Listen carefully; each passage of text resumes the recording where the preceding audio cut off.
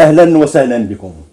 كما جرت العادة التي دأبنا عليها في البرنامج الحواري مشواري، حيث نعمل على التعريف بالطاقات الإبداعية في جميع المجالات الفنية الشعرية الرياضية والطربية والمهنية والجمعوية والسياسية بجميع تراب الوطني.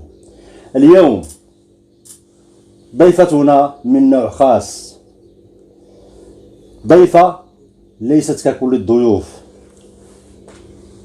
ضيفة لما دخلنا عندها لبيتها أحسسنا بشيء من الغبن للمواطن المغربي.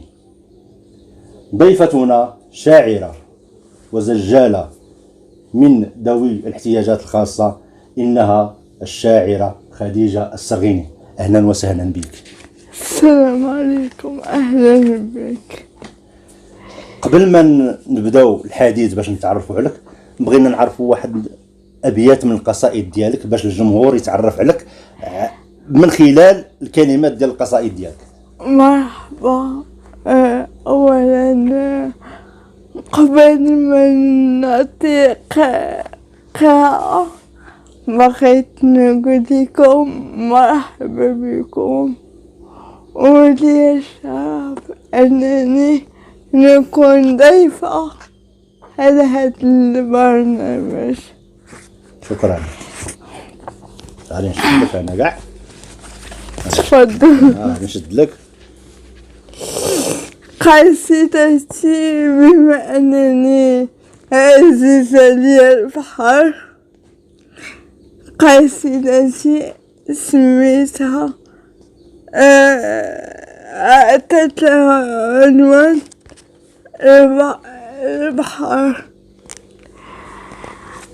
البحر.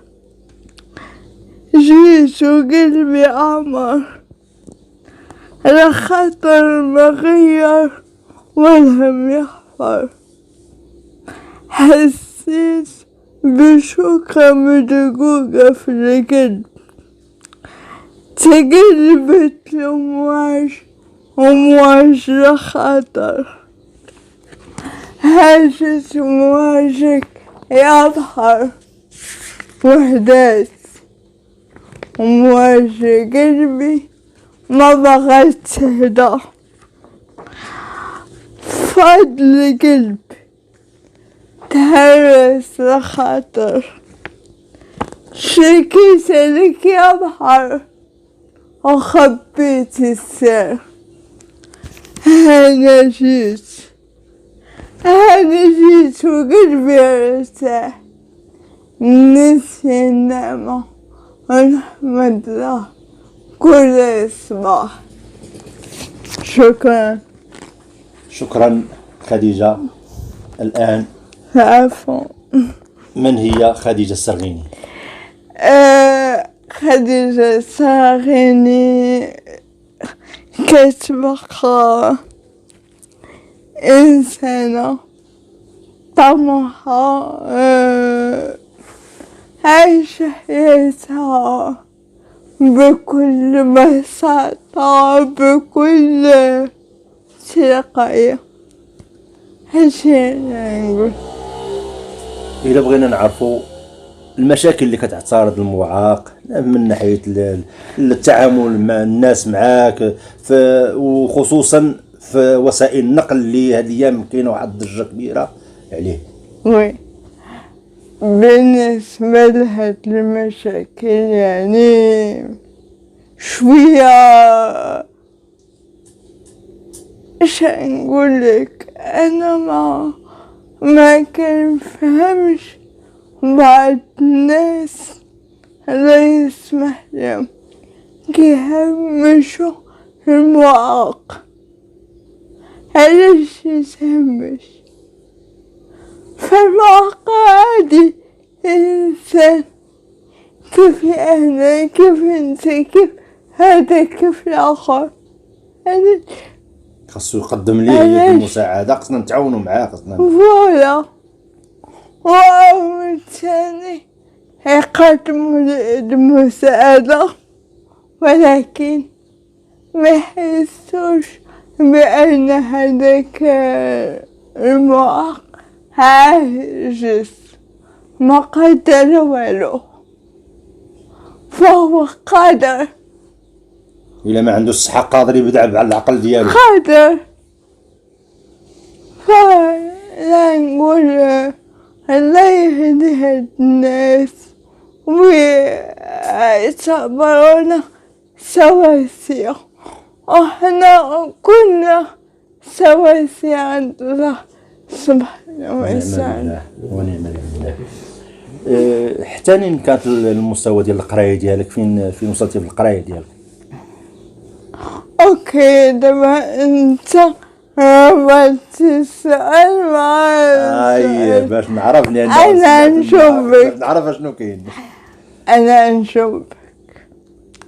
انت سيدي عندي 5 ابتدائي، 5 ابتدائي، وتوقفت لظروف ما ظروفي الصحية، لأنني كنت ما كنكتبش، وباقي لحد الآن خطي كنفهمو غير أنا ياك.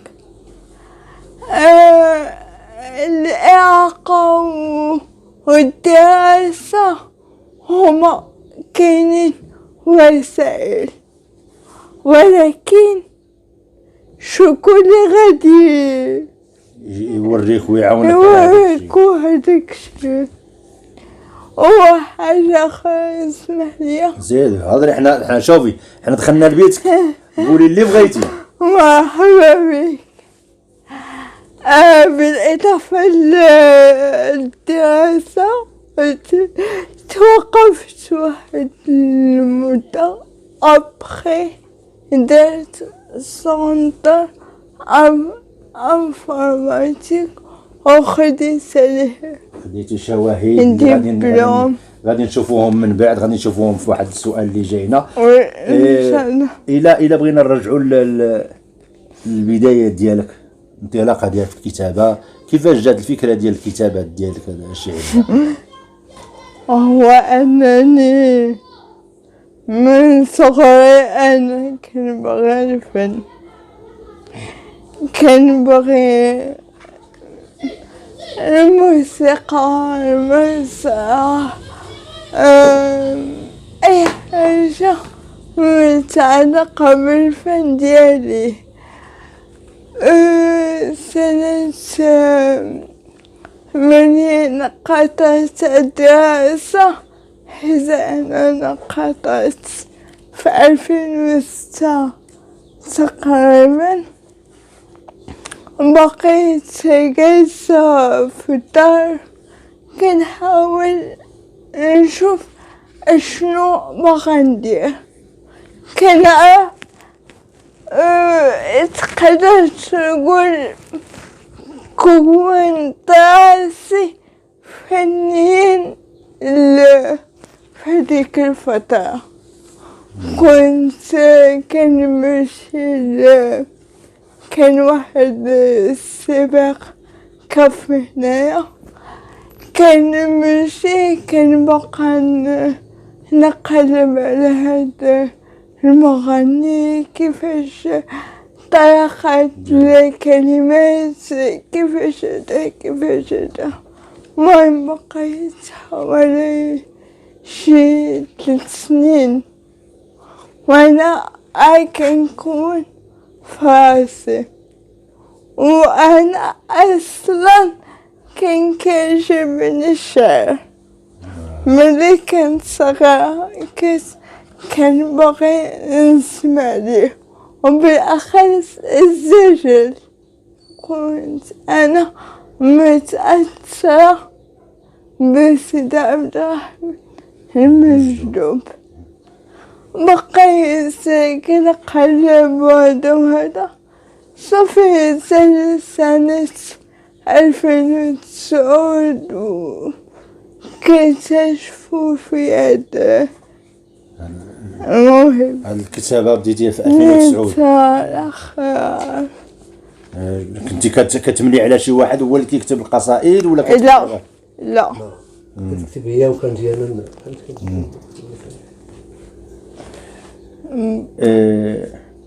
شكون اللي كان كيشجعك في البدايات ديالك؟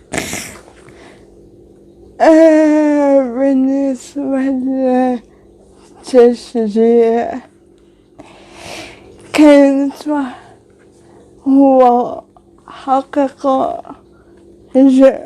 كل شيء، العائلة يعني العائلة أصدقائي وهذا، ولكن اللي ساندتني وواحد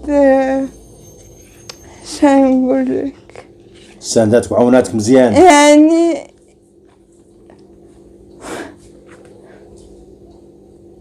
شنقولك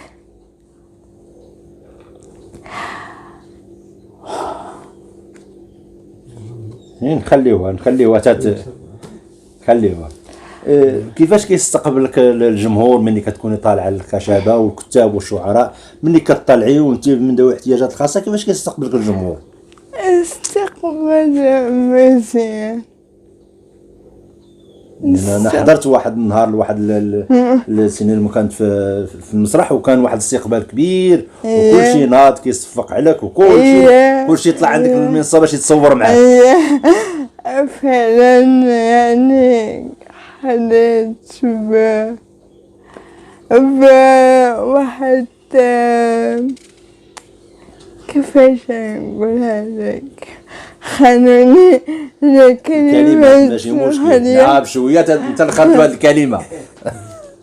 يعني لقيت واحد ترحاب واحد الحفاوة من طرف أصدقائي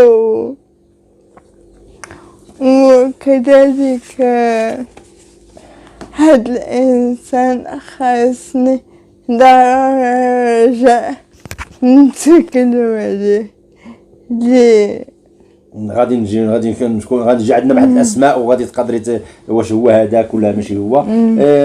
عندك مجموعه ديال الكتب، ملي كتبغي تطبعي شي كتاب شكون اللي كيعاونك ماديا في هاد الكتب بحال هكا؟ شكون كيعاونك فيهم؟ اولا هاد الديوان كانت في واحد اللقاء، كانت هذيك الساعة كتنظمو مكتبة فرنسا، كنت كنحضر مع الأستاذة والأخت خديجة البصري.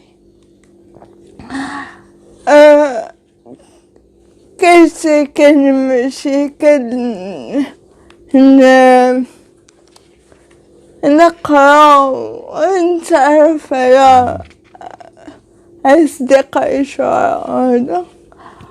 واحد النهار قرأت هاد القصيدة اللي قريت دابا، كان واحد ناقد تملي سميتو عبد الله المتقي، هو اللي قال لهم انا كنطوع باش نطبع له، وفعلا طوعوا الاخوان كاملين اللي كنوجه لهم تحية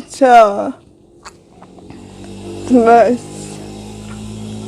المهرجان اللي شاركتي فيهم باقا عاقله على شي مهرجانات اللي شاركتي فيهم؟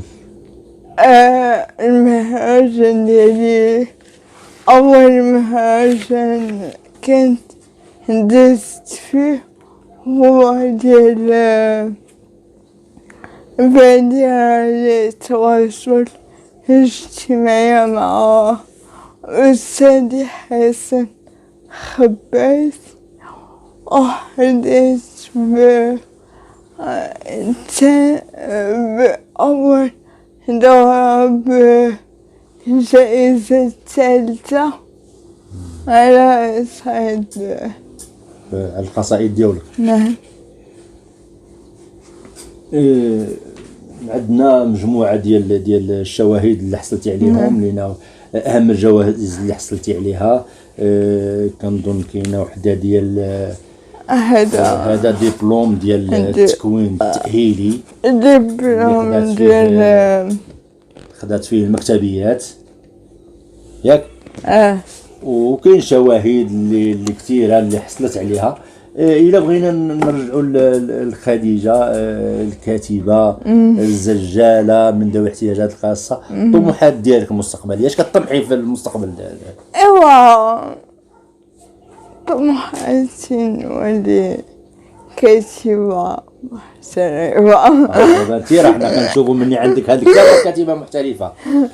لا بقى مبتدئة. حنا عندنا هو الكلام ديال المحترفين كان الاخوان. وما عنديش انا مجامعش والله، ما عندي مجلد انا والله ما عندي. هي دابا صح انت لو واخا تقوى مني انا. نرجعوا كاين عندنا بعض الاسماء اللي غادي نقولهم لك، ونتمنى تعطينا في حقهم واحد الكلمه كيما بغيتها تكون نقديه ولا شكر ولا عتاب ولا كيبقى هذوك الاسماء حنا عزلناهم. الاستاذ عبد الله. عبد الله هو اخ وصديق قبل ما يكون أستاذ ديالي. الناقد والشاعر حنان. حنان يعني أستاذي بمعنى كلمة. الأخت فاتحة رشاد. يا سلام. لاله فاتحة أمي الثانية. هناك مجموعة من الأسماء اللي احنا غير حاولنا ناخذوا غير هذه الأسماء، أكيد كل شيء الأسماء اللي عاونوها كلهم كتكن لهم الاحترام والحب والتفاؤل معاهم. أكيد هم عارفين مزيان. حنا في واحد الوباء ديال كورونا، اشنو تعلمتي منه؟ وباء كورونا أولا لا يرفع لنا هذا الوباء ونكون إن شاء الله في أحسن الأحوال، وتكون هذه السنة مليئة بالإنجازات. وباء كورونا علمني بزاف. أولا علمني طيب. الله زيان. علمني طيب، علمني بزاف كويس. مزيان. حنا اليوم الجمعة أول من السنة الجديدة 2001، اش تبغي تقولي للمعارف ديالك الأصدقاء والصديقات والكتاب والناس ديال المغرب كله؟ أولا سنة سعيدة، يا ربي ندخل علينا وعليكم وعلى جميع البلد الإسلامي بالخير واليمن والبركات والهنا والتيسير، ولا يرفع لنا هاد الوباء. واحد جوج كلمات غنقولهم لك، ولكن تحاولي لما تقولي علاش هجرتوني وحافيتوني. للإشارة هادو من واحد القصيدة من القصائد ديالك.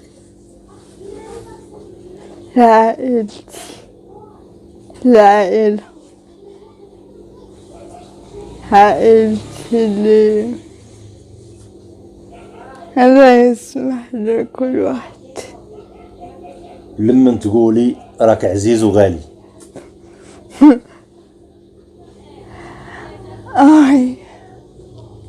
يا ريت تكون أنا بقى معانا.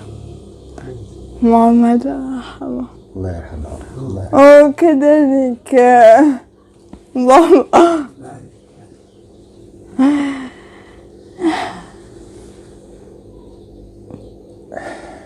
من هم الشعراء الذين قدموا لك النصيحة؟ يعني جميع الشعراء بدون استثناء لكن وجه لهم تحية شكر وتقدير. كدير الدبلوماسية.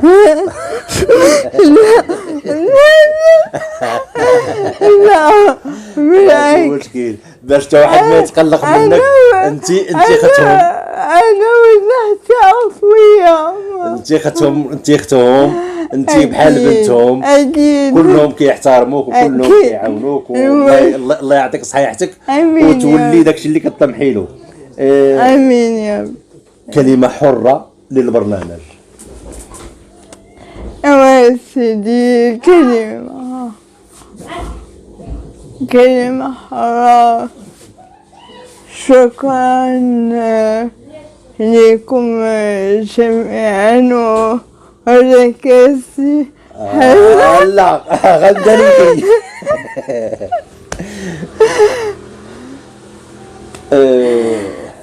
إخواني أخواتي، فعلا حلقة مؤثرة مع الزجالة خديجة واللي كنشكروها ونتمناو لها التوفيق. وإلى لقاء آخر وحلقة قادمة مع ضيف جديد. إلى اللقاء.